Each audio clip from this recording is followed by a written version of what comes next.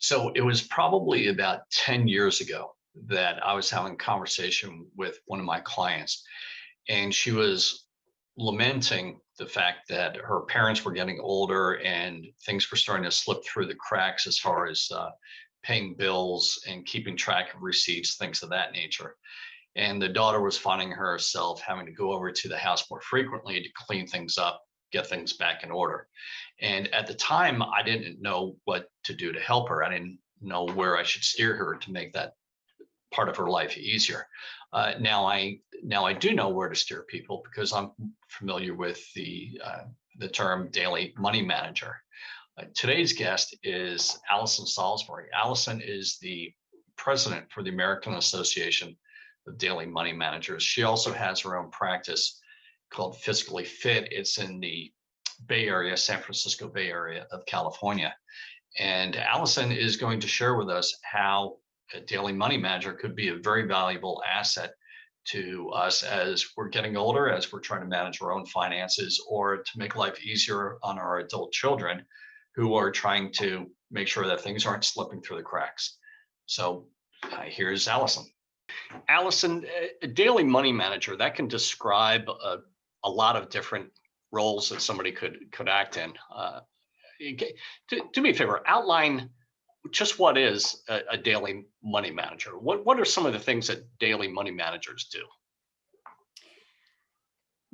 Great question, Drew. A lot of people don't really know what daily money managers are, and those that do, who have discovered us, are thrilled with the services that we provide. We pretty much handle all the personal household finances, anything that comes across your kitchen table, really. So that would involve bill paying, including following up with bills that might be incorrect or confusing. We reconcile checking accounts and investment statements. We prepare and make bank deposits for our clients, and we organize tax documents. We interface with CPAs. We review medical insurance policies and make sure that the billing is being properly processed, for insurance and that kind of thing. And we also, we'll just do plain old filing. We'll handle the paperwork if we're not working remotely, but visiting our clients on site, we handle all the paperwork. We sort the mail, make sure it gets to the right place, including the trash or shredding, that kind of thing. And some daily money managers, but not all, might provide other services like notary or fiduciary services. We do have members of ADAM that are actually CPAs, and so they're qualified to prepare tax returns. And we do have some members who are financial counselors who can work with clients on budgets and, spending problems, that kind of thing. So quite a lot of stuff. Can you give me an example of why somebody would work with a daily money manager? There are many reasons why someone would want to work with a daily money manager. And there is some thought that a person could use a daily money manager in all stages of their lives, really, starting from high school. They don't teach personal finance management in high school very well these days. And so anyone from a young age right on through retiring. And for the most part, I think for the demographic that you and I are speaking about, a person or a couple or a family might hire a daily money manager for a number of reasons. The first one that comes to mind might be health reasons. I had a client who had severe macular degeneration and was not able to really read her mail well. And I mean, she could see out of the periphery of her eyes, and she managed on that for quite a long time, but then started making a lot of mistakes. So she hired me as a daily money manager to help her with her bills. And that eventually morphed into managing household payroll for caregivers. And ultimately, when she sold her home, I was put on as a power of attorney for that one specific transaction to help her with the sale of her home and the moving into assisted living facility. So that would be one. Another is some clients just are too busy. They're traveling, they're retired, they're comfortably well off. They've got things going on. They may be very generous, very philanthropic. They're busy on boards, they're traveling, they're visiting family, and they just don't have time. There may be adult children of elderly parents who don't live right nearby, or maybe they do, but the parents don't want the kids to have any involvement in their personal finances. So that's a perfect example of where a daily money manager can really be very helpful to a family.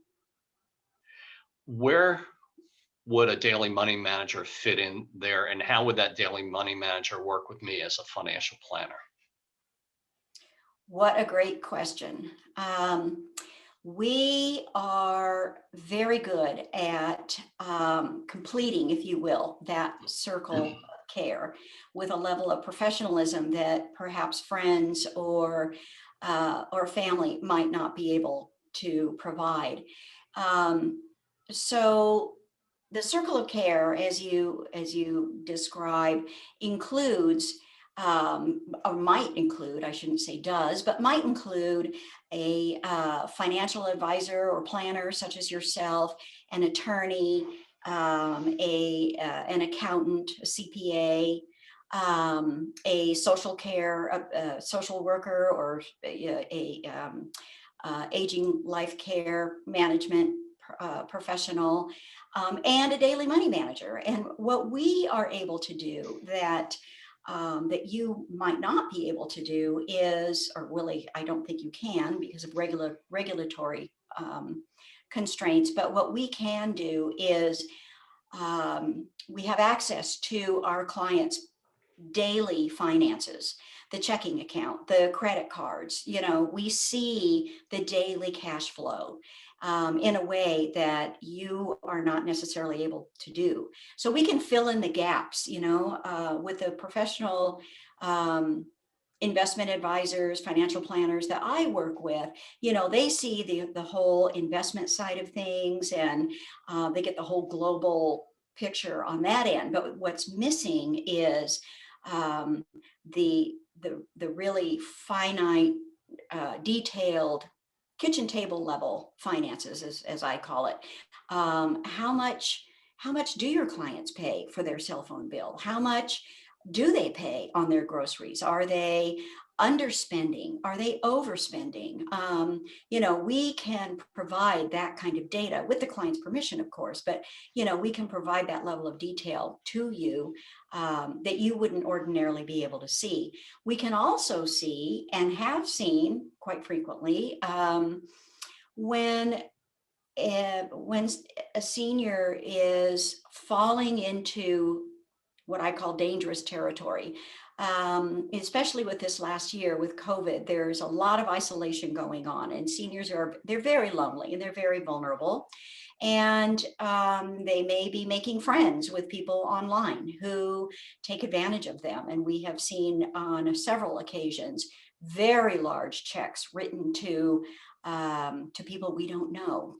We become very familiar with a senior's spending activity, and when we see very large checks being written to names that we have never seen before, that immediately raises red flags. And so we dig into that right away. And we let the financial planner. That's very important. So we can take steps to protect that person. Unfortunately, elder fraud is just on the increase, and they're in the crosshairs of scammers who are trying to get them to part with their money. So anyone who can act as a foil or act as a buffer between them and the scammers, I think that's a great role to fulfill. Unfortunately, elder fraud is just on the increase, and they're in the crosshairs of scammers who are trying to get them to part with their money.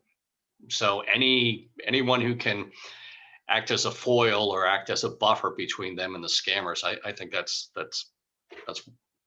a great role to fulfill. Now, obviously, there are going to be costs associated with hiring a daily money manager. Can you share with us some of the costs that might be involved? Sure. You know, we have about 800 members spread out across the country, and as we all well know, different parts of the country are more or less expensive than other parts. So, daily money managers, for the most part, bill hourly, and the range can be anywhere from, I would say, $80 an hour at the low end, and I've heard of up to 175 to $200 at the high end. So depending on where you live, and also some daily money managers do have varying scales, depending on what it is that they're doing for their senior, and if somebody or their client, and if someone is on a fixed income, some daily money managers are able and willing to work with that. Uh, when we think about this cost here, well, this cost, the savings for paying for a daily money manager might actually be on the side of the family members who would normally have to take time off of work or stop working altogether. And we know how that could potentially impact their ultimate retirement security. So it might be a matter of being penny wise and dollar foolish by not engaging a daily money manager. But of course, that every family has a different situation to consider. So that has to be factored in, though, because there's a big drag on families who are stepping in to take care of mom and dad. And mom and dad may not want the family members to have to do that to begin with. So being aware of the resources available for the daily money managers is, I think, is important to know as families, not just the retirees, but as families plan for those retirement years for mom and dad. So you've got this great organization, American Association of Daily Money Managers. What's involved with becoming a member? Well, we do have an application process. In order to be a daily money manager, we do require a background check. And there's an application process. The background check is certainly a part of that. And then, really that's pretty much it. Most of our members have a bachelor's degree and at least 3 years of some kind of relevant experience. Many have a lot more than that, and have higher education degrees. Some daily money managers have just, been doing this for years and not even knowing that they were daily money managers, that this is really a profession, and kind of discovered us a little bit later in life. And so, once they do discover us and become background checked, and then join the organization, they tend to get their businesses a little bit more organized and a little bit more structured.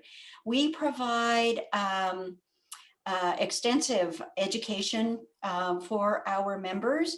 We also do have a certification designation. It is at this time internally regulated by the American Association of Daily Money Managers.